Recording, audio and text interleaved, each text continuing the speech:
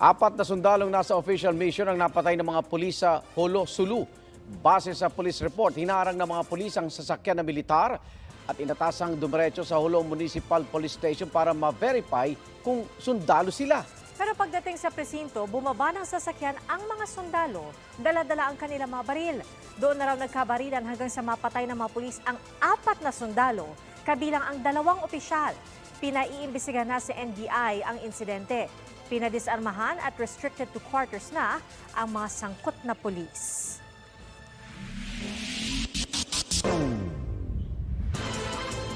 Buong magdamag na namang halos walang masisilungan ng mga stranded sa pier sa Maynila. Marami po sa kanila. Walang-wala na raw panggastos ngayon. Meron namang mga nakauwi sa probinsya dahil hindi na raw requirement ang swab test result. May paliwanag dyan ng Malacanang at saksi live si Katrina Son. Katrina? Pia, Igan, dito nga sa labas ng Manila North Point nga matutulog o magpapalipas ng gabi ang mga kababayan natin na hindi nakasakay ng barko para makauwi sa kani-kanilang mga probinsya. 3 araw raw naglakad si Elizar Apurado mula sa Quezon City patungo dito sa North Port sa Maynila. Bukod sa walang masakyan, tinitipid daw niya ang dalang pera para may pangkain. Nagpapalaran na po kasi sabi po may biyahe po ng 29 na yun po, nakakuha po ako ng ticket tapos kumpleto na po ako ng papel. Kaya masama ang loob niya nang hindi matuloy ang biyahe kanina. Ang tagal na namin na stranded, hindi na pinauwi. Ano ba kami, hayop? Hindi naman po kami hayop, pantay-pantay lang sana. Dito rin magpapalipas ng gabi ang ibang stranded sa Metro Manila na magbabakasakaling makauwi sa kanilang probinsya. Wala na kaming mauwian. Wala na kaming pera pang pumasahe pa uwi. Pabalik sa malayo pa yung pinanggalingan namin, Bataan. Wala na po. End na po yung bukas po. Bukas, wala na. Wala na po kaming mauwian. Kaya kailangan na po talaga namin umuwi kasi walang-wala na talaga kami. Kaya kanya-kanya silang diskarte ng matutulugan. Trapal ang panangga sakaling umulan. Ang iba, kumot ang ginawang silungan. Dito naman ninitili na lang. Dito. Maghihintay na lang kung kailan yung may biyahe. Batid ang kaakibat na panganib. Natakot. Kaya nga uuwi kami. Mahirap talaga dito. Kaya nga, pag umuwi kami, ayaw na namin bumalik dito. Lalo na ngayon, may ulan at saka init. Tapos may banta pa ng virus. Ingat na lang po. Triple black eye naman ang sinapit ni Eliana Torrendon. 2 beses na kasing naudlot ang biyahe sa eroplano kaya nagbakasakaling makasakay ng barko. Sana napakasakit pa sir kasi nawawalan ka na ng pag-asa.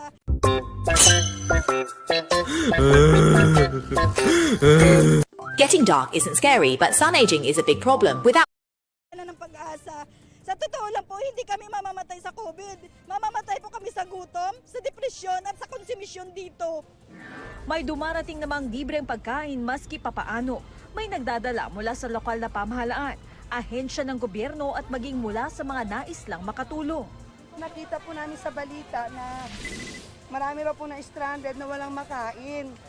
Kaya po, nagpasya kami kagabi na magdala rito kasi kawawa naman po.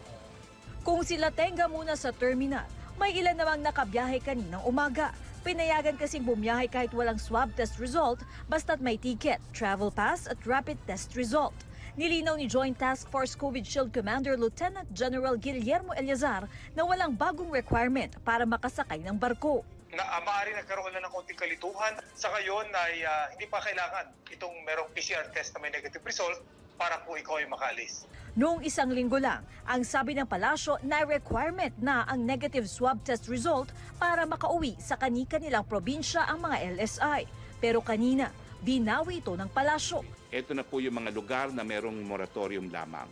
Ang buong Region 6, ang buong Cebu Island, kasama na po ang Mactan, ang Region 8 at ang Caraga.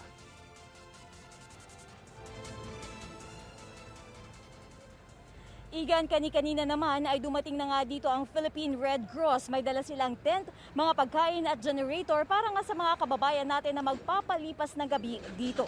At live mula dito sa Maynila, ako si Katrina Son, ang inyong saksi. Sa buong bansa, 7 na lang ang mga lalawigang COVID-free ngayon. Kabilang dyan ang Aurora, kung saan ilang nakauwing locally stranded individual ang kalunos-lunos ang sitwasyon sa quarantine facility. Saksi si Nico Wahe.